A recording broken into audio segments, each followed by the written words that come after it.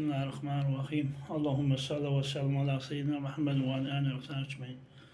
من واقعا تشکر میکنم کسانی که برای نیازمندان و یتیمان کمک میکنه و وسایل میانه خیلی خیلی ممنون. تمام وسایلی که آورده میشه مرتب در یوتیوب و در اینستا گذاشته میشه. خیلی خیلی ممنون. انشاءالله همیشه شاد و سلامت باشید. و السلام علیکم و رحمت الله و برکاته.